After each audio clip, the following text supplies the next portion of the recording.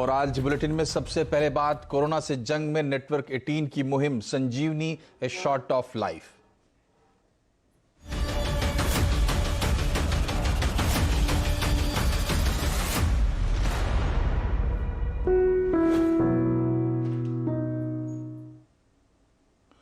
Corona vaccine को लेकर तैयारियां पूरी हो गई हैं। पहले चरण में फ्रंटलाइन वर्कर्स कोरोना वॉरियर्स को टीका लगाया जाएगा और इसका पूरा खर्च केंद्र सरकार उठाएगी।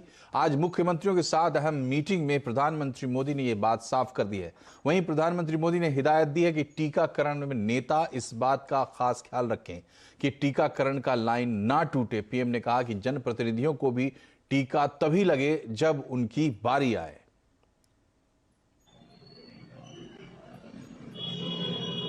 सबसे पहले उन लोगों तक कोरोना वैक्सीन पहुंचाने की है जो देशवासियों की स्वास्थ्य सुरक्षा में दिन जुटे हुए हैं, जो हमारे हेल्थ वर्कर्स हैं, सरकारी हो या प्राइवेट, पहले उनको टीका लगाया जाएगा। इसके साथ साथ हमारे जो सफाई कर्मचारी हैं, दूसरे फ्रंटलाइन वर्कर्स हैं, सैन्य बल है, पुलिस और केंद्रीय बल हैं, होमगार्ड है, डिजास्टर मैनेजमेंट वॉलेंटियर समेत तमाम सिविल डिफेंस के जवान हैं, कंटेनमेंट और सर्वेलेंस से जुड़े रेवेन्यू कर्मचारी हैं, ऐसे साथियों को भी पहले चरणों में टीका लगाया जा रहा है। तो आज की बड़ी खबर प्रधानमंत्री की ये बैठक, और बैठक में क्या कुछ हुआ समझने के लिए चलते हैं। दीपाली नंदा हमसे जुड़ी हुई हैं। दीपाली, पीएम और सीएम्स की इस बैठक में क्या क्या खास बातें निकल कर आई हैं?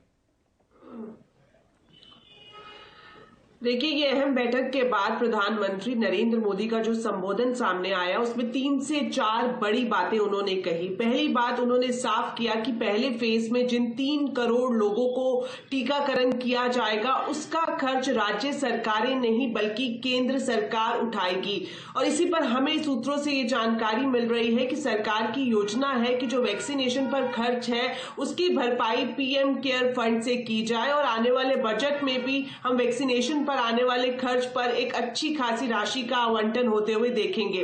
दूसरी बात, बड़ी बात की देखें तो प्रधानमंत्री ने यह बताया कि देश में जो 2 वैक्सीन तैयार की गई है, जिन्हें drug controller general of India से अप्रूवल मिल चुका है, वो दोनों वैक्सीन ही दुनिया में मौजूद वैक्सीन के मुकाबले ज्यादा किफायती है, ज्यादा कॉस्ट इफेक्टिव है। फिलहाल एक और बड़ी बात उन्होंने कही कि अभी तो 2 वैक्सीन है जिन्हें अप्रूवल मिला है, लेकिन 4 और वैक्सीन है जो जल्द ही रोल आउट होते हुए हम देखेंगे। चौथी बड़ी बात देखी जाए तो वो ये कि उन्होंने ये भी अहम बात की कि जितने भी एमपीज और एमएलएज हैं वो वैक्सीनेशन की कतार को ना तोड़े। जब उनकी बारी आए, जब उनका नंबर आए, तभी वैक्सीनेशन के लिए वो पहुंचे। तो ये बड़ी बातें आज प्रधानमंत्री नरेंद्र मोदी की तरफ से की गई। और इस बीच एक और बड़ा अपडेट हमें ये मिल रहा है कि स्वास्थ्य मंत्रालय और सीरम इंस्टीट्यूट ऑफ इंडिया के बीच 200 रुपए प्रति डोज वैक्सीन पर सहमति बन गई है। आज सुबह से ही सीरम इंस्टीट्यूट ऑफ इंडिया और स्वास्थ्य मंत्रालय के बीच बैठक हो रही थी, नेगोशिएशन चल रही थी। पहले ये नेगोशिएशन निकल कर आया, जो last quote Serum Institute of India की तरफ से दिया गया वो 220 रुपए प्रति डोज का दिया गया, लेकिन अब जो दोनों में करार हुआ है वो 200 रुपए प्रति डोज के हिसाब से किया गया है। और ये भी जानकारी मिल रही है कि आज देर रात जो पहली खेप है, पहली कंसाइनमेंट है सीरम इंस्टीट्यूट ऑफ इंडिया की तरफ से, वो राजधानी दिल्ली में पहुंचा दी जाएगी।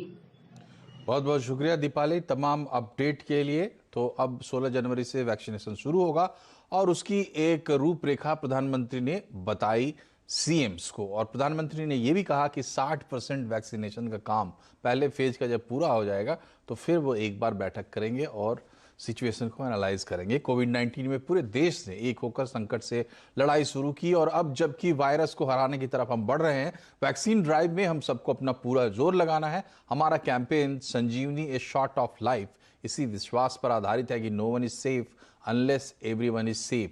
लक्ष्य है कि हर भारतीय को वैक्सीन का अधिकार मिले और वैक्सीन भी मिले। तो नेटवर्क 18 के साथ आप जुड़े रहिए। कोविड-19 के खिलाफ जंग में ये कैंपेन एक जन आंदोलन की तरह आने वाले कुछ महीनों तक चलेगा। और अब की आज की दूसरी बड़ी खबर, बर्ड फ्लू का दायरा देश में लगातार बढ़ता जा रहा है। अब तक सैंपल से जो रिपोर्ट सामने आई है उसके मुताबिक देश की राजधानी दिल्ली भी अब बर्ड फ्लू के शिकंजे में आ चुकी है। इसके बाद दिल्ली सरकार अलर्ट मोड पे है। एहतियातन गाजीपुर पोल्ट्री मार्केट को पूरी तरह बंद कर दिया गया है। साथ ही दिल्ली में प्रोसेस्ड और पैकेज्ड चिकन की बिक्री पर भी रोक लगा दी गई है। अब तक देश के 9 राज्यों में बर्ड फ्लू की पुष्टि हो चुकी है। पीएम मोदी ने भी बर्ड फ्लू पर सभी राज्यों को चौकन्ना रहने को कहा है। प्रधानमंत्री ने कहा कि सभी राज्यों के पशुपालन विभाग बर्ड फ्लू के असर वाले इलाकों पर नजर रखें, जिससे इससे निपटने में आसानी हो। बर्ड फ्लू से निपटने के लिए पशुपालन मंत्रालय द्वारा कार्य योजना बनाई गई है, जिसका तत्परता से पालन आवश्यक है। इसमें डिस्ट्रिक्ट मजिस्ट्रेट की भी बड़ी भूमिका है। मेरा आग्रह है कि प्रभावित राज्यों के मुख्यमंत्री साथी भी मुख्य सचिवों के माध्यम से सभी डिस्ट्रिक्ट मजिस्ट्रेट का मार्गदर्शन करें। जिन राज्यों में अभी बर्ड फ्लू नहीं पहुंचा है, वहां की राज्य सरकारों को भी पूरी तरह सतर्क रहना होगा। और दिल्ली में बर्ड फ्लू के चलते अब रेस्टोरेंट्स भी अपने मेन्यू में बदलाव कर रहे हैं। दिल्ली में कुछ मशहूर बिरयानी और कबाब सेंटर्स का जायजा लिया हमारे संवाददाता रोहन सिंह ने।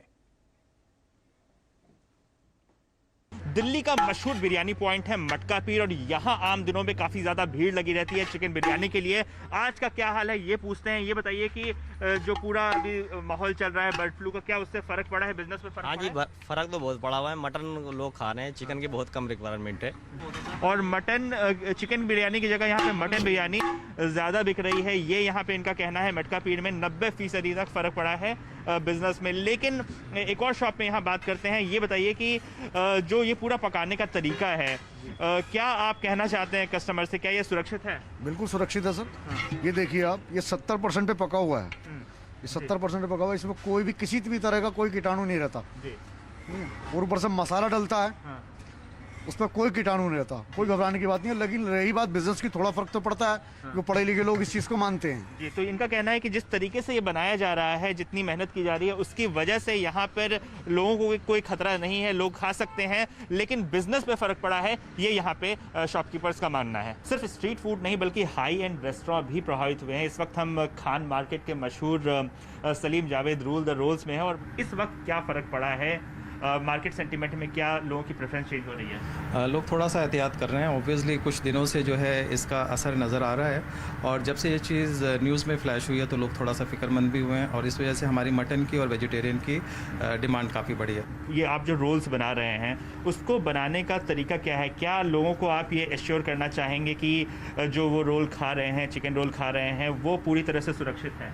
जी अल्हम्दुलिल्लाह, दिस इज़ ट्रस्टेबल। और जो हमारा क्लाइंटेज है, वी आर ब्लेस्ड कि हम लोग 3 जनरेशंस को जो है सर्व कर रहे हैं, तो उनको इतना ट्रस्ट है कि यहाँ पे आएंगे तो उनको खाना जो है वो बिल्कुल हिफाजत के साथ पेश किया जाता है और पूरा ट्रस्टेबल है। एक सवाल आपसे पूछना चाहूँगा कि क्या कुछ एहतियात कुछ ज़्यादा बरत रहे हैं इस बीच? इसके लिए हम एहतियात काफ़ी कर रहे हैं, क्योंकि हमने जब पहले आया था, बर्ड फ्लू हुआ था, तो मशीन नहीं थी। ये रैशनल मशीन है।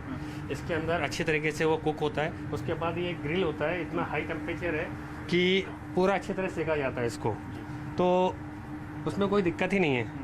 हमारी तरफ से पूरा सेफ है, एहतियात बरता जा रहा है। तो अधिकतर जो रेस्टोरेंट हैं उनका ये कहना है कि इस वक्त जो उनके बनाने का तरीका है, जो प्रिपरेशंस हैं, वो इतनी मजबूत है, वो उसकी वजह से किसी भी तरह का कोई खतरा नहीं है। लेकिन उसके बावजूद कुछ समय के लिए मार्केट सेंटिमेंट्स तो प्रभावित हुआ ही है। रोहन सिंह, दिल्ली। कृषि कानून मामले पर आज सुप्रीम कोर्ट में सुनवाई हुई, जिसमें कोर्ट ने 3 नए कृषि कानूनों पर रोक लगाने के सुझाव संकेत दिए। साथ ही सुप्रीम कोर्ट ने इस पर पूर्व रिटायर्ड जज की अध्यक्षता में एक कमेटी बनाने की बात भी की है। सुप्रीम कोर्ट कल मामले पर फैसला सुनाएगा। डिटेल के लिए चलते असीम मनचंदा के पास। असीम, बताइए आज कोर्ट ने क्या कहा और 1-2 दिन में क्या कुछ एक्शन देखने को मिल सकता है? देखिए, किसानों के आंदोलन के मुद्दे को लेकर के सुप्रीम कोर्ट ने नाराजगी जताई। सुप्रीम कोर्ट ने कहा कि जिस तरह से सरकार ने किसानों के मुद्दे को हैंडल किया है वो पूरी तरह से निराशाजनक है। सुप्रीम कोर्ट ने यह भी कहा कि सरकार ने इसको लेकर के कौन सी कंसल्टेशन प्रक्रिया का जो है पालन किया है, ये सभी राज्य जो है इसके विरोध में आकर के खड़े हो गए हैं।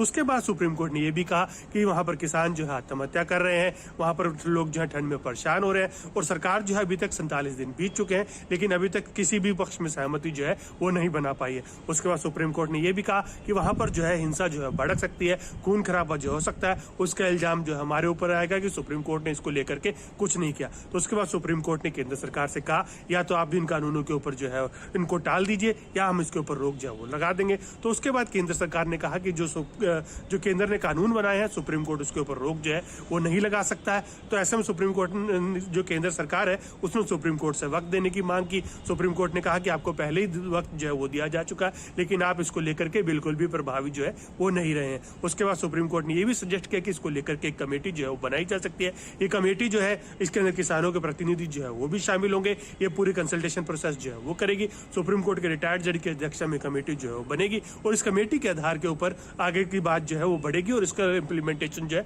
तब के लिए टाल दिया जाए। उसके बाद सुप्रीम कोर्ट ने अपना ऑर्डर जो है पूरी तरह से सुरक्षित कर लिया। सुप्रीम कोर्ट जो है मंगलवार को इसके ऊपर अपना फैसला जो है वो सुनाएगा। तब देखना होगा कि इस कोर्ट इसको लेकर के क्या डायरेक्शन जो है वो पास ऑन करता है और क्या जो डायरेक्शन जो है सुप्रीम कोर्ट पास ऑन करता है उसको लेकर के किसान सहमत होते हैं या नहीं होते हैं। बहुत बहुत शुक्रिया असीम इस अपडेट के लिए। तो कल भी बड़े अपडेट्स आएंगे सुप्रीम कोर्ट से। बहरहाल एनपीए बढ़ने को लेकर आरबीआई ने बड़ी चिंता जाहिर की है। आरबीआई ने अपनी रिपोर्ट में कहा है कि कोरोना की वजह से एनपीए डबल हो सकता है। सितंबर तक ग्रॉस एनपीए 14% से ज्यादा हो सकता है।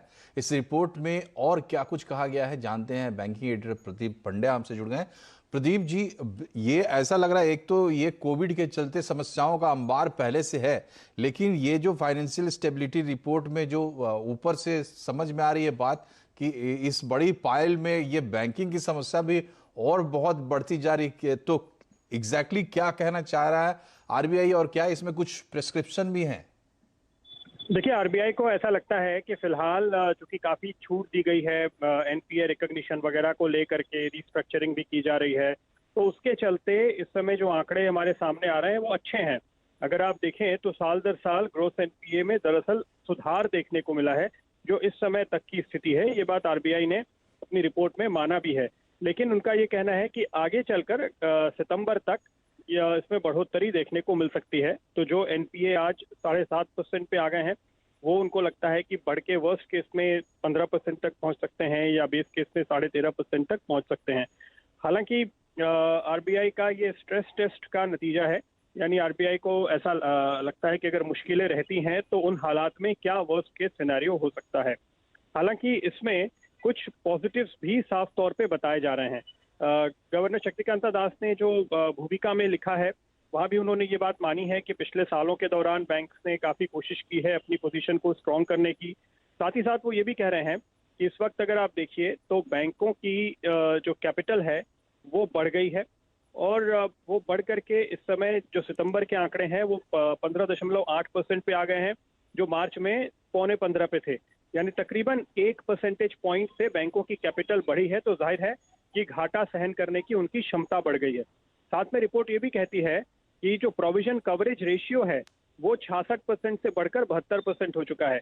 यानी बैंकों ने तैयारी की है और बैंकों ने न केवल कैपिटल जुटाई है बल्कि एनपीए के लिए एडिक्वेट प्रोविजनिंग भी की हुई है। तो इसको देखते हुए ऐसा लगता है कि ये स्ट्रेस टेस्टिंग जरूर कर रहे हैं, लेकिन आने वाले दिनों के लिए बैंकों की अच्छी खासी तैयारी है। हालांकि आरबीआई जैसा कि पिछले रिपोर्ट में भी कर चुका है और पिछले कई रिपोर्ट्स में और गवर्नर साहब के कई वक्तव्य में उन्होंने कहा था कि बैंकों को तैयारी और करनी चाहिए, तो वो एक बार फिर से इसको दोहरा रहे हैं। एक और बात वो कह रहे हैं वो ये है कि इस समय जो एसेट प्राइसेस हैं वो काफी बढ़ गए हैं, जैसे आप शेयर बाजार में एक उछाल देख रहे हैं, और उनका कहना है कि बैंक्स को इस बात का भी ध्यान रखना चाहिए कि ये लेवल शायद सस्टेन ना करे। हालांकि आरबीआई ये वार्निंग पहले भी देता रहा है और बाजार की तेजी बदस्तूर जारी रही है। तो आप ये कह सकते हैं कि फाइनेंशियल स्टेबिलिटी की तरफ बैंक्स का, स्टेक होल्डर्स का ध्यान खींचने की कोशिश एक बार फिर से आरबीआई ने इस रिपोर्ट में की। बहुत बहुत शुक्रिया प्रदीप जी, ये आरबीआई की रिपोर्ट समझाने के लिए। तो बैंकिंग का मामला थोड़ा जटिल होता है, लेकिन इशारा साफ है, आगे के लिए और बेहतर तैयारी होनी चाहिए बैंकिंग सेक्टर के लिए। यहाँ हम रुक रहे हैं छोटे से ब्रेक के लिए, लेकिन ब्रेक से लौटेंगे तो आपको बताएंगे कि कोरोना के इलाज पर सरकार इनकम टैक्स में छूट देने पर कर रही है विचार बजट में। पूरी खबर ब्रेक के बाद।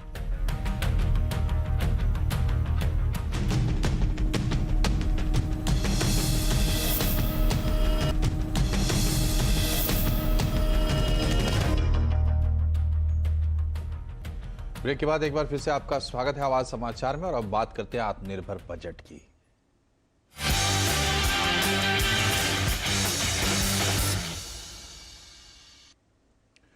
कोरोना के इलाज में हुए खर्च पर इनकम टैक्स से राहत मिल सकती है। सूत्रों के मुताबिक बजट में ऐसे टैक्स पेयर्स के लिए छूट का ऐलान हो सकता है जिनके पास कोई हेल्थ पॉलिसी या मेडिकल इंश्योरेंस पॉलिसी नहीं है।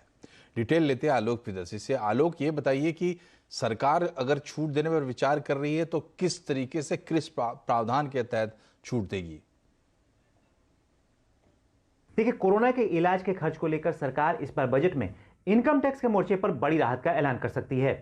सीएनबीसी आवाज को सूत्रों से जानकारी मिली है कि कोविड-19 को सरकार इस बार इनकम टैक्स की धारा 80 DDB के तहत स्पेसिफाइड डिजीज की लिस्ट में शामिल करने पर विचार कर रही है, जिसके बाद इस बीमारी पर हुए एक्चुअल कॉस्ट या फिर मैक्सिमम 1 लाख रुपए जो भी कम होगा उस पर टैक्स रिडक्शन हासिल हो सकेगा।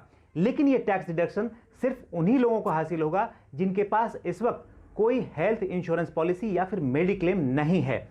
इस क्लेम को खुद के इलाज पर हुए खर्च या फिर डिपेंडेंट या फैमिली के इलाज पे खर्च पर क्लेम किया जा सकेगा। और सबसे बड़ी बात यह है कि ये जो डिडक्शन होगा ये 1 साल पहले यानी साल 2020-21 के लिए मिल सकेगा, क्योंकि इसी साल सबसे ज्यादा लोग कोरोना से प्रभावित हुए हैं।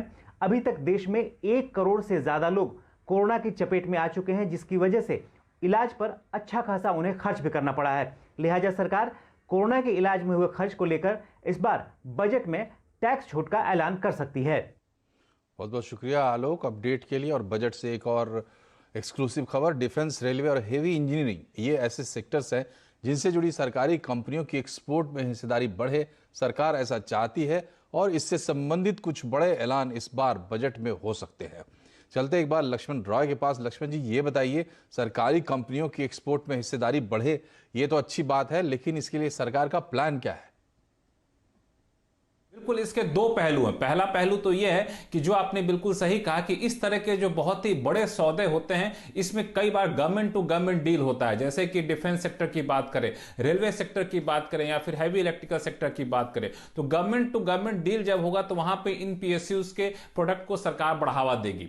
दूसरी बात कि अभी ये पीएसयूज काफी हद तक डोमेस्टिक मार्केट में फोकस करते हैं। बाहर से ऑर्डर आया तो ठीक है, नहीं आया तो अपनी तरफ से बहुत पुश नहीं करते हैं। जैसे फोकस्ड मार्केट प्रोडक्ट हो गया, जाके बाहर एग्जीबिशन करना, इस तरह की चीजें, तो वहां पे सरकार उनको प्रमोट करे कि आप जाइए बाहर, उसका जो खर्चा आएगा उसका एक खर्चा हम लोग आपको वहन करेंगे, इंसेंटिवाइज करेंगे और बाहर के प्रोडक्ट मार्केट में अपने प्रोडक्ट को बेचिए। और वहां जिस तरह के प्रोडक्ट की मांग है उस तरह के प्रोडक्ट की उत्पादन क्षमता आप यहां पे बनाइए ताकि वहां भेज सके। अभी क्या होता है, इन कंपनियों का फोकस होता है कि घरेलू बाजार में जिस प्रोडक्ट की डिमांड होती है उस प्रोडक्ट के हिसाब से अपनी क्षमता विस्तार करती हैं। अगर अंतरराष्ट्रीय बाजार से उस प्रोडक्ट की डिमांड आ गई तो ठीक है, नहीं आए तो कोई बात नहीं। लेकिन अब अंतरराष्ट्रीय बाजार की डिमांड के हिसाब से प्रोडक्ट लाइन वहां पे एस्टेब्लिश करेंगे, अपनी क्षमता विस्तार करेंगे। यह पूरा रोड मैप का हिस्सा होगा। बहुत बहुत शुक्रिया लक्ष्मण जी। और कोरोना काल में घर से बाहर निकलने पर आजकल आप जैसे मास्क लगाते हैं तो कार और बाइक चलाते समय भी मास्क लगाना भूलें नहीं। कोरोना पैदल और कार सवार में कोई फर्क नहीं करता है। नेटवर्क 18 के साथ मिलकर ह्युंडई ने रोड सेफ्टी का नया कैंपेन शुरू किया है। आप भी इसका हिस्सा जरूर बनिए।